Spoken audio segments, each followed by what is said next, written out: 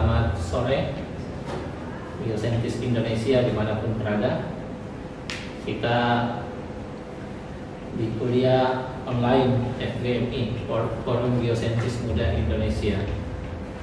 Untuk kuliah hari ini kita mengambil salah satu topik di mata kuliah Geologi Umum, yaitu tentang pengenalan batuan beku.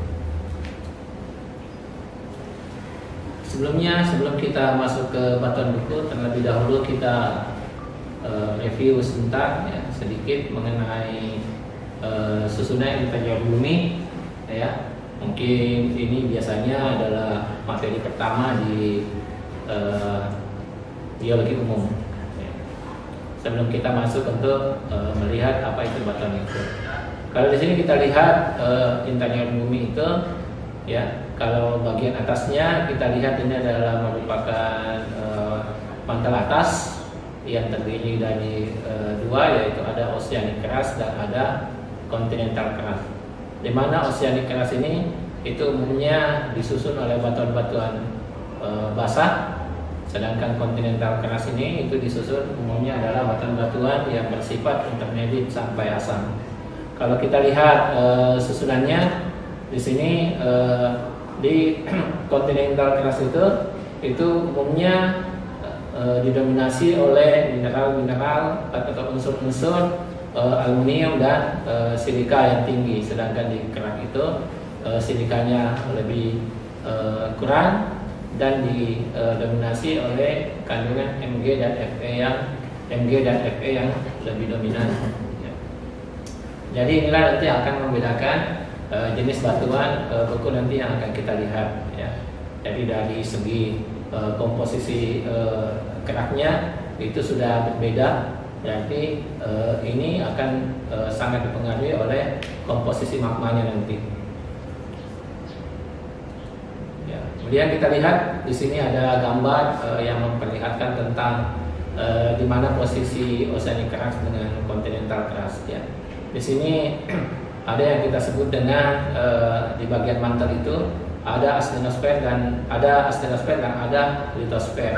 Di mana pembagian daripada kedua lapisan ini itu sangat dipengaruhi oleh sifatnya ya. Kalau astenosfer ini sifatnya lebih kental, sedangkan yang litosfer ini sifatnya lebih rigid ya. Di litosfer inilah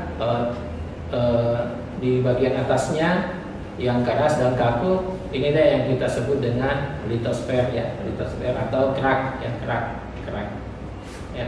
Inilah nanti yang akan menjadi topik bahasan kita, bagaimana batuan-batuan yang terbentuk di sini ya. Nah, kita lihat ini adalah batas-batas lempeng ya. Kalau kita lihat di sini ada beberapa lempeng besar ya. Kita di Indonesia itu ada berada di lempeng Indo-Australia ya, kemudian lempeng Eurasia ini yang warna hijau ya, kemudian ada lempeng Filipina ya, kemudian ada Pasifik ya. Inilah yang negara kita ya sering terjadi aktivitas seismik ya, akibat daripada interaksi dari keempat lempeng yang ada di sini ya. Ya, lempeng itu adalah batas-batas lempeng tadi itu adalah bagian-bagian yang mudah bergerak atau merupakan zona labil, di mana ya biasa kita kenal sebagai pergerakan lempeng ya.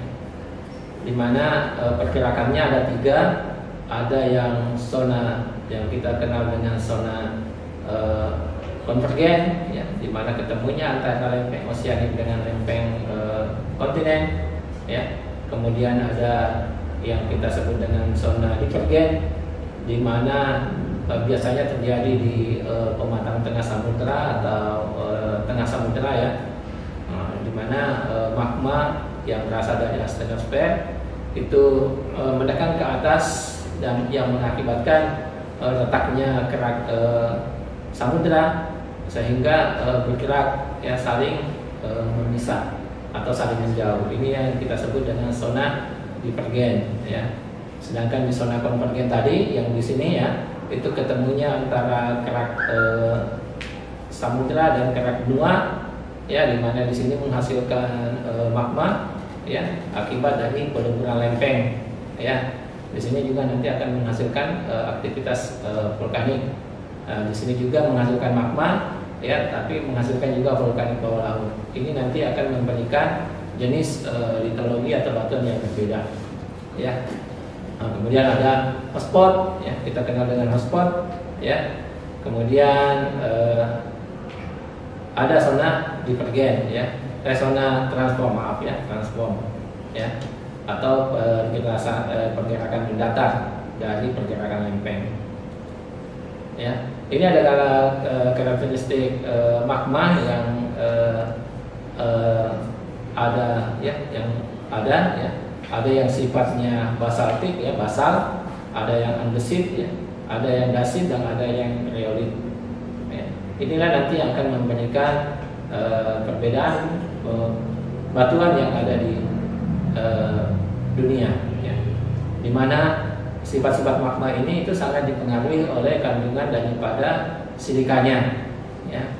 Kemudian kandungan silika ini, ya, kandungan silika ini pasti akan diikuti dengan kandungan unsur-unsur lain, ya, yang umumnya adalah logam, di mana magma basal, ya, yang memiliki kandungan silika 48-52%, ya, itu memiliki temperatur yang lebih tinggi, ya, lebih panas, ya. Nah, ini juga pergerakannya dia lebih cepat, ya, dibanding dengan magma-magma yang bersifat rheolit, ya, yang memiliki temperatur lebih rendah, ya, sekitar 900 derajat. Nah, kemudian di sini ada tempat-tempat keluarnya magma, ya. Di sini pasti akan memberikan komposisi batuan yang berbeda. Ini biasanya kita sebut sebagai igneous genesis atau genesa batuan, ya, batuan yang diakibatkan oleh aktivitas tektonik, ya. Di sini yang tadi yang kita sebut sebagai zona divergen, ya. Di sini adalah mid-ocean rift, ya. Kemudian di sini di nomor 2, ya, ini adalah intrakontinental rift, ya. Ini biasanya cikal bakal daripada zona divergen. Ini terjadinya di benua. Kemudian ada yang iron ore, ya. Ini biasanya tipe daripada negara kita, ya. Kita ada di nomor 3 ini iron ore. Kemudian ada yang aktif margin, ya, di mana zona subduksinya itu terjadi berinteraksi dengan benua besar, ya. Ini yang biasanya terjadi di Brasil dan sekitarnya. Kemudian ada backward basing, ya. Nomor 5 backward basing, di sini ada divergen juga di belakang cekungan. Kemudian ada nomor 6, ya, ini yang kita sebut dengan hotspot, ya, hotspot, ya. Kemudian ada yang terjadi di magma dari asthenosfer menembus ke benua. Di sini biasa membandingkan terbentuknya batuan-batuan kimberlit, ya, karbonatit, anoktosit dan lainnya, ya. Umumnya merupakan biasanya dijumpai di Afrika, ya. Ini erat hubungannya dengan penambangan intan, ya. Ini tadi klasifikasi daripada komposisi magma, ya.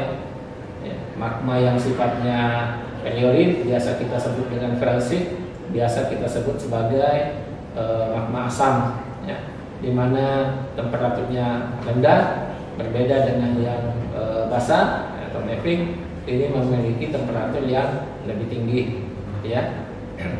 Nah, di sini kita lihat ada lingkungan daripada pembentukannya.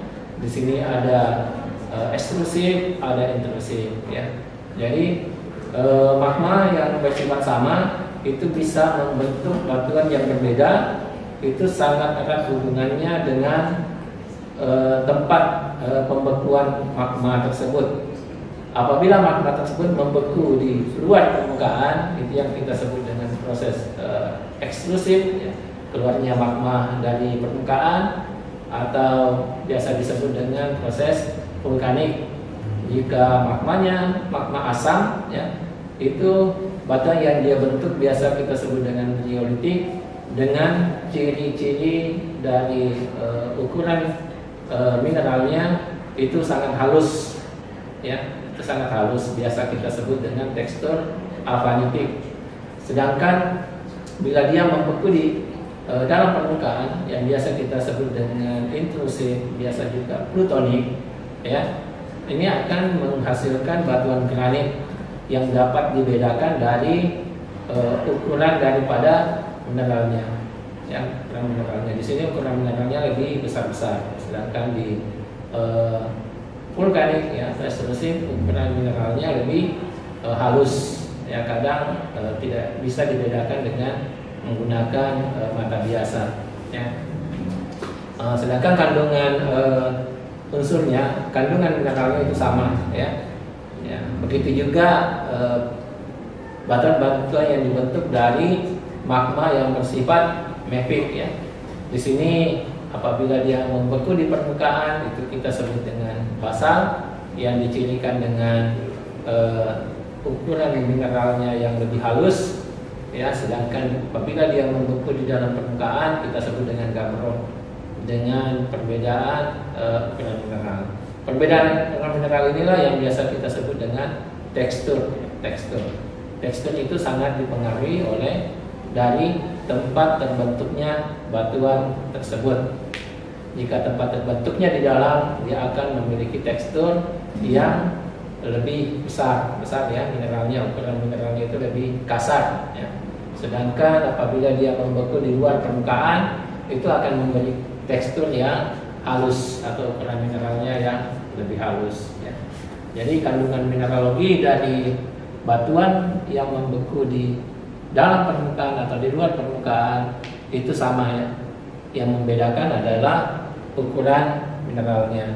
Ukuran mineral ini nanti akan memberikan perbedaan daripada nama batuan, ya. Jadi nama batuan itu selain dari magma, ya, itu juga dilihat dari tempat terbentuknya batuan tersebut, ya. Itu akan memberikan indikasi perubahan ukuran mineral, sehingga akan memberikan perbedaan penamaan batuan. Bukan saja dari komposisi magmanya, ya, tetapi bisa dilihat dari teksturnya juga, ya, tekstur tempat terbentuknya, ya, apakah dia di dalam permukaan atau di luar permukaan. Ini sebagai contoh dari komposisi magma yang felsic atau asam dan mafic, ya, atau basa. Nah, ini adalah kandungan magma, mudah-mudahan bisa kelihatan, ya, kandungan unsur-unsur yang ada di dalam magma, ya, dimana kita kenal bahwa magma mafic, ya, atau basa itu umumnya memiliki kandungan logam atau mineral logam yang lebih besar, ya. Contoh seperti besi dan magnesium, ya. Di sini kita lihat di magma basa itu memiliki besi 14%, ya, 14%, sedangkan magnesiumnya sekitar 9%. Kalau dibandingkan dengan magma felsic, ya, asam, ini jauh berbeda, ya. Magnesiumnya cuma di kisaran 0,5%, ya, sedangkan besinya 5%. Salah satu untuk membedakan batuan yang disusun oleh magma felsic atau magma mafic ini dapat dilihat daripada perubahan atau perbedaan warna daripada batuan tersebut, ya. Karena batuan yang memiliki kandungan logam yang kurang, ya, logam yang dimaksud di sini adalah besi dan magnesium, ya, sebagai penyusun utama daripada magma, ya, itu akan memberikan warna yang lebih terang dibanding magma mafic yang memiliki besi dan magnesium lebih banyak. Ini akan memberikan warna yang lebih gelap. Semakin gelap batuannya, kandungan logamnya, ya, biasa kita sebut juga sebagai mineral silika mafic, ya. Di sini silika felsic, ya, silika maficnya, ya, misalnya seperti olivin, ya, mineralnya piroksin, ya, hornblende, ya, itu adalah silika mafic, ya. dia akan memberikan warna yang lebih gelap ya. Berarti kalau batuannya yang kita lihat itu tadi adalah warnanya gelap, berarti sifat magmanya adalah mafic ya. Kalau batuannya warnanya terang ya, itu sifat magmanya itu adalah felsic ya. Jadi dari sifat magma, warna batuan bisa kita membedakan magma pembentuk daripada batuan tersebut ya. Jadi sudah ada dua indikator tadi ya. Indikator warna bisa kita jadikan sebagai indikator perbedaan batuan. Selain itu bisa kita lihat dari tekstur ya. Tekstur itu merupakan indikasi dari tempat terbentuknya batuan tersebut. Nah ini contoh ya, ini adalah grafik ya, atau tabel ya, atau gambar di mana ini adalah komposisi mineral ya. Ini adalah komposisi magma. Ini adalah tipe-tipe batuan yang dibentuk ya. Dimana kita lihat di sini adalah kandungan silikanya ya. Semakin ke kiri itu semakin komposisi silikanya semakin besar ya. Nah, ini akan dibarengi dengan komposisi potasium dan sodium ya. Sedangkan besi dan magnesium serta kalsium itu berbanding terbalik ya. Berbanding terbalik antara silika, potasium dan sodium ya. Jadi kita bisa lihat bahwa mineral-mineral ya, penyusun daripada batuan mafic dan ultra mafic ya, itu umumnya memiliki kandungan silika yang rendah. Berarti bisa kita lihat warnanya ya, dari warnanya itu biasanya lebih gelap ya, lebih gelap ya. Sedangkan yang felsic ya, intermediate dan intermediate dilihat daripada kandungan silika, potasium dan besi magnesiumnya ya. Besi magnesiumnya sedikit, potasium dan silikanya lebih besar ya. Nah, ini juga seiring sejalan dengan temperaturnya ya. Berarti semakin tinggi temperatur magma, berarti mineral-mineralnya yang terbentuk adalah mineral-mineral yang kaya besi dan magnesium ya. Jadi kita bisa mengambil kesimpulan sementara ya, bahwa magma yang bertemperatur rendah itu memiliki besi dan magnesium yang lebih kecil dibanding magma yang memiliki temperatur tinggi ya. Karena di sini kita lihat ya, bahwa temperatur magma ya, kenaikan temperatur magma itu dibarengi dengan kenaikan kandungan besi, magnesium dan kalsium ya. Ini nanti yang menjadi kunci daripada penamaan daripada batuan ya. Nah, kita lihat apa itu batuan beku ya. Jadi batuan beku itu terbentuk dari aktivitas vulkanik ya, gunung api. Jadi semuanya melalui aktivitas di mana magma keluar dari permukaan bumi. Salah satu aktivitas yang menyebabkan magma keluar dari permukaan bumi adalah aktivitas gunung api ya, atau vulkano ya. Dan batuan beku bisa berasal dari magma yang membeku baik di dalam bumi maupun di luar bumi ya. Nah, tadi kita sudah bahas sebelumnya bahwa tempat membekunya magma ini ya, apakah itu di dalam maupun di luar, itu akan memberikan indikasi perubahan ukuran daripada mineral penyusun batuan ya. Sedangkan sumber batuan beku itu adalah magma ya, magma. Baik magma yang terbentuk dari proses smelting ya, peleburan dari hasil interaksi antara lempeng atau kerak benua dan kerak samudra ya.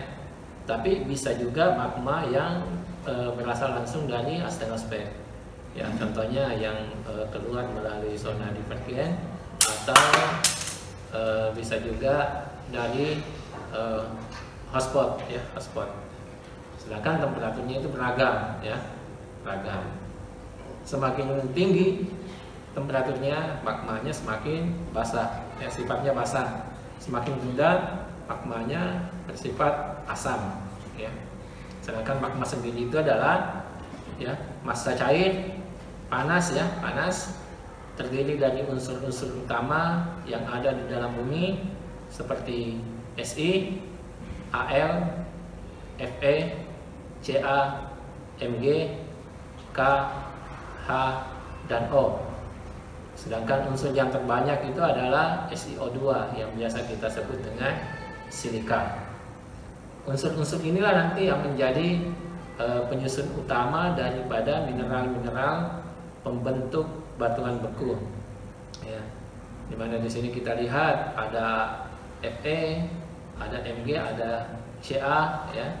Ini nanti akan adalah unsur-unsur yang membeku pada temperatur tinggi, sedangkan K, Al itu membeku pada temperatur rendah. Ya. Ini adalah gambar daripada siklus batuan, ya. Di mana posisi batuan beku? Ya, posisi batuan beku itu adalah di sini, ya. Di mana batuan ini cuma terbentuk dari hasil pendinginan magma, ya, hasil pendinginan magma, ya. Jadi batuan yang pertama ada di bumi itu adalah batuan beku, ya. Karena dari batuan beku inilah nanti yang akan menghasilkan batuan sedimen atau maupun batuan metamorf, ya, dengan proses yang berbeda, ya. Jadi setelah magma membeku dia akan membentuk menjadi batuan beku, ya. Jika terjadi proses eksogen, ya, pelapukan, ya, dan erosi, ya, batuan beku ini akan lapuk, ya, kemudian menjadi material sedimen, ya, dan material sedimen ini mengalami litifikasi, dia akan membentuk batuan sedimen, ya. Batuan sedimen ini apabila mengalami tekanan dan temperatur tinggi berubah menjadi batuan metamorf. Begitu juga batuan beku apabila mengalami tekanan dan temperatur tinggi berubah jadi batuan metamorf, ya. Setelah itu jika tekanan dan temperatur terus bekerja, ya, maka batuan metamorf ini akan lebur menjadi magma yang kita sebut sebagai melting, ya. Kemudian magma ini akan berproses selanjutnya membentuk batuan beku kembali dan begitu selanjutnya, sehingga siklus ini di bumi ini, ya, di alam ini itu berjalan secara alamiah, ya, tanpa kita sadari. Ya, ini contoh daripada contoh gambar, ya. Ini salah satu gambar yang saya ambil di internet, ya. Ini aktivitas magma, ya. Ya. Sedangkan ini ilustrasi magma yang ada di dalam bumi, ya, gunung api itu, ya. Inilah nanti akan membentuk batuan beku dalam, ya. Kemudian yang ini akan membentuk batuan beku luar atau batuan vulkanik, ya. Nah, di sini nanti bisa kita bedakan dengan melihat daripada teksturnya, ya. Nanti di sini teksturnya akan halus, ya, lebih halus, ya, dan membentuk beberapa struktur-struktur tertentu, ya. Sedangkan kalau di sini biasanya dia lebih kasar, ya, ukuran mineralnya itu lebih besar-besar, ya. Sedangkan nanti di sini ini yang biasa kita sebut sebagai batuan beku hipabisa, yang terbentuk di antara batuan beku dalam dan batuan beku luar. Dia akan membentuk tekstur khusus yang namanya porfiri, gabungan dari mineral yang berukuran besar maupun yang berukuran halus, ya. Nah, ini contohnya, ya. Jadi kristal, ya, itu sangat dipengaruhi oleh hasil pendinginan magma dan tergantung dari kecepatan pendinginan magma tersebut, ya. Semakin cepat pendinginan magmanya, maka akan membentuk amorf, ya, atau dia tidak sempat membentuk kristal. Ini yang kita sebut dengan biasanya membentuk struktur yang kita sebut dengan amorf atau glass, ya. Sedangkan kalau pendinginannya agak lambat, membentuk kristal yang berukuran macam-macam, ya. Semakin lambat akan semakin besar, ya, seperti ini contohnya. Ya, ini porfiri, ya. Ada yang mineral yang ukurannya besar, ada yang lambat. Berarti di sini biasanya adalah gabungan, ya. Ada yang cepat, ada yang lambat, ya. Kemudian ada yang halus juga ya, panitik. Ini yang sangat berpengaruh dalam proses pembentukan batuan beku ya. Jadi tergantung dari kecepatan pendinginan magmanya ya. Biasanya kecepatan pendinginan magma ini sangat dipengaruhi oleh tempat-tempat terbentuknya magma tersebut. Contohnya tadi ya, ini adalah lingkungan pembentukan batuan beku ya, di mana apabila dia membeku di permukaan ya, contohnya seperti ini ya, ini ya di permukaan ya, ini di permukaan ya, ini ya, ini itu teksturnya halus ya, kita sebut dengan fine grain ya. Sedangkan yang membeku di dalam ya, biasanya dia membentuk tubuh yang namanya batolit. Ini ukurannya lebih kasar ya, lebih kasar ya. Nah, batuan plutonik ini bisa tersingkap di permukaan apabila mengalami erosi ya. Bagian atas daripada penutupnya itu hilang ya. Ini adalah struktur-struktur daripada batuan beku ya. Batuan beku biasanya struktur-struktur seperti ini itu selalu dijumpai di batuan beku luar ya. Di sini ada yang kita sebut dengan lava bantal ya, pilolava.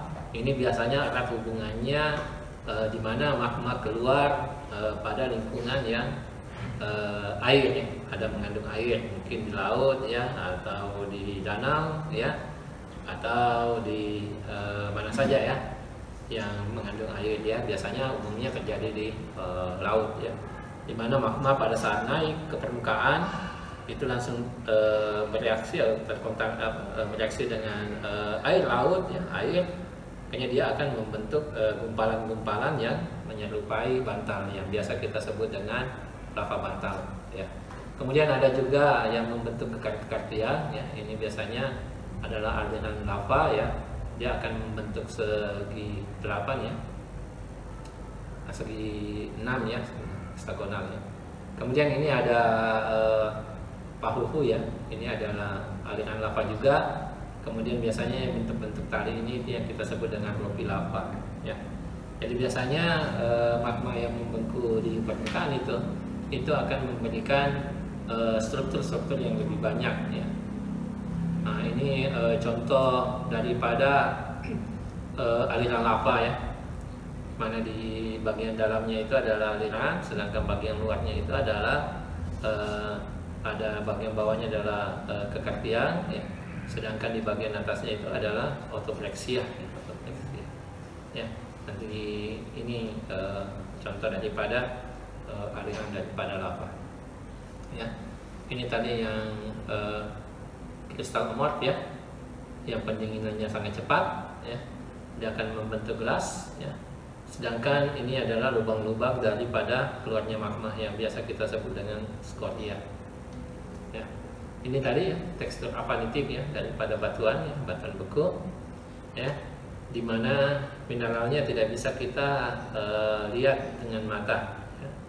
Ini pembekuannya sangat cepat dan membekunya di dekat permukaan ya. Ini yang tekstur apanitik yang membeku di dalam ya, dimana kristal mineralnya bisa kita bedakan antara satu dengan yang lainnya. Ini mengindikasikan bahwa proses pendinginannya sangat lambat ya, sehingga unsur-unsur di dalam magma bisa penyekatan secara stabil dan membentuk ukuran mineral yang besar-besar ya. Ini bentuk tubuh daripada batuan beku ya. Jadi kalau kita lihat ya, ini adalah sketsa ya, sketsa daripada di mana ini diasumsikan masih berupa magma ya, yang merah ini, sedangkan yang abu-abu ini itu adalah diasumsikan setelah membeku ya, membeku, di mana di sini akan memberikan hubungan antara batuan beku ini dengan batuan sedimen yang ada di atasnya ya.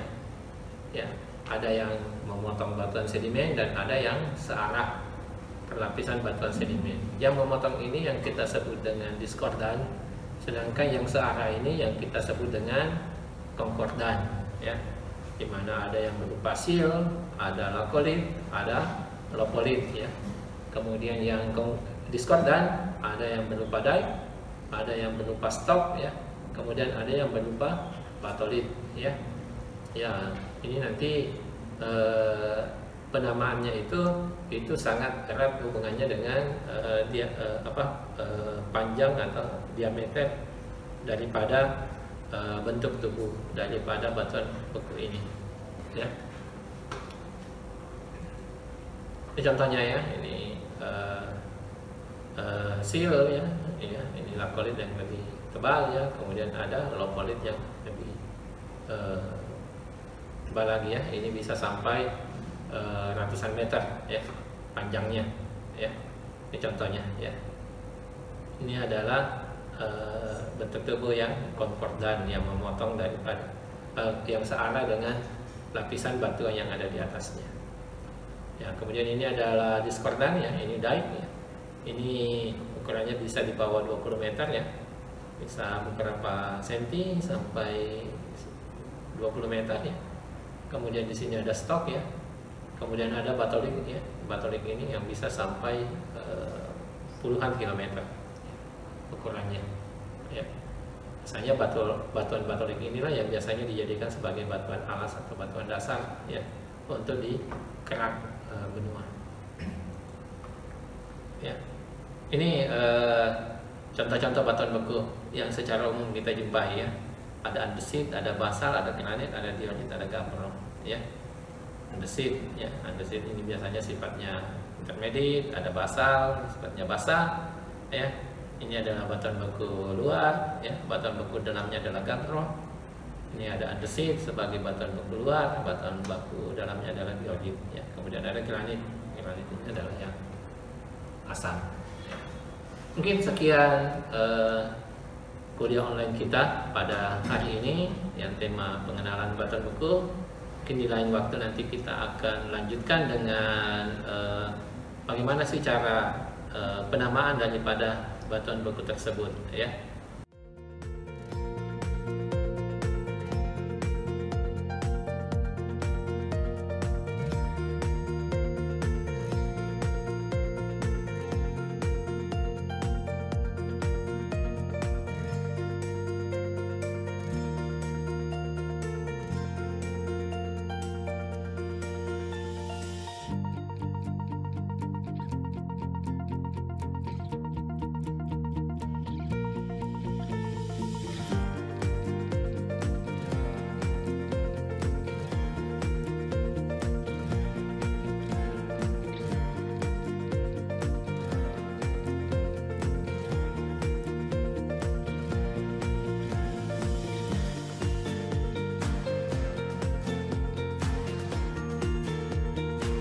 Sekian kuliah online kita pada hari ini dengan materi pengenalan batuan beku. Insya Allah nanti kita akan ketemu di kesempatan lainnya dengan materi yang berbeda. Salam dari kami SM IAGI UNG Universitas Negeri Gorontalo. Terima kasih. Assalamualaikum warahmatullahi wabarakatuh.